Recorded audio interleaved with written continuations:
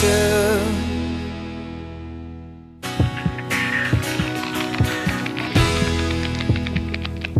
Welcome back to Hello Doctor. The father of stress, Hans Selye, said this: the only people on the planet who don't experience stress can be visited at the local cemetery, not the local pub. His point was this: stress is all around us. It's not the issue, it's how we respond to stress that is. Helgo, how would you define stress? I can give you the long definition, or today the short one: wear and tear of life.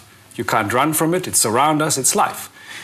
Too little, no good. In the middle, it's very nice. Too much of it, it overburdens. Bad. So with life, you will have stress. Would you agree that different people respond to stress differently? In other words, it's not the stressor that's the issue, but the response. Very much so. We have so-called hot reactors, people that react to the slightest thing in a way as if you're running away from a saber-toothed tiger. What do you do when you're stuck in traffic? It might be a slight reaction. Some people get angry. They get so angry that they're losing all their thought capacity. They have high mood that is running away from them. Not a good idea. What you should be doing is switch on the radio, take the window down, talk to the person next door. There's nothing you can do. So depends on your reaction. What do you want to do with it? Do you want to rev up your system all the time in high gear, meaning you tire it, or you save the energy to when you want to need it most, meaning at real conflict situation, at real problem-solving situation. Traffic, hello, it's imposed on us by ourselves. Nothing we can do about it. So what you're describing there is short bouts of stress, fine. Yes. Long bouts, not great. What we are talking about when we're talking about long-term stress, chronic stress, is it's relentless. You know, we believe in the sciences that we, as hunter-gatherers, developed short bouts of stress. But what are we doing nowadays? Cell phones, ringing all the time. Emails to be read all the time, coming to the studio. So all the time it's going at us. And it's this relentlessness that comes to us that makes us wear out. So draw the connection for me between stress, as you've described, chronic, unrelenting, and heart disease. Stress makes people have their heart pressure rise.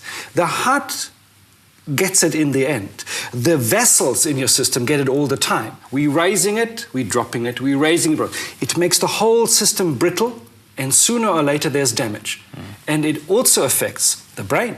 The frontal cortex cannot or should not be overloaded. It dictates your movement, it dictates your heart rhythm, it dictates your force of concentration. Now on top of that, you add chronic stress. It could send your heart into fatal fibrillation. Yeah. So it's dangerous. Dangerous. Now, so often we live with chronic stress and we don't even know we have it. So what are the signs that I'm experiencing stress? Definitely, you will have less good deep sleep. You will toss and turn at 2 o'clock in the morning. You don't know how to fall back to sleep. You will grind, brush your teeth. Yeah. You could be, of course, during the day lacking concentration, normally under relaxed conditions, normal conditions. You have 9 bits of information processing available per second in your brain. Stress, 7, 5, 4, 2, oh my God, I want to kill you. Yeah. Not a good idea. No, not at all. Now, you've been dealing with stress for years, not yourself personally. Yes. You know how to deal with stress and coping with it. Yeah. It's all around us, but if balance gets upset, that's an issue. Talk me through that. It would be fantastic if we could teach people to keep a balance in their life. So you've got a balance between the roles you play. As father you are, as marriage partner, as presenter of the TV show, as a friend. Backed up behind that or underneath that is your character, which makes it unique. So you are charming, you're friendly.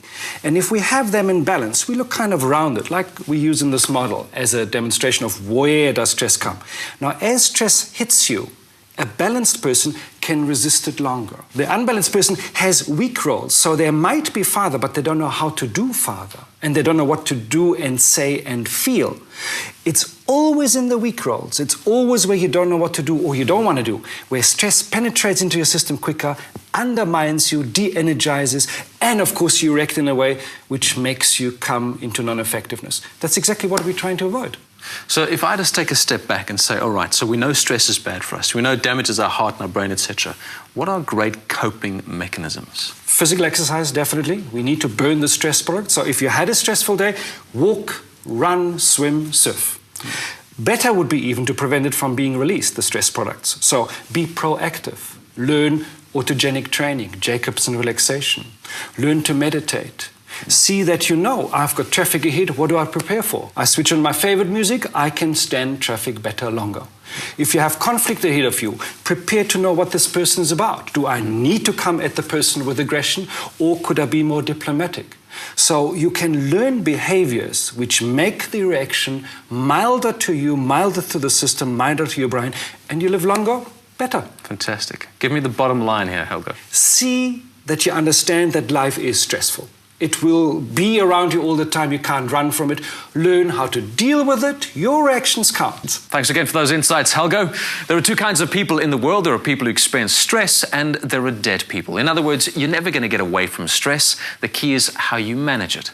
Overreacting to life's circumstances can have some negative consequences, which may even result in arthritis.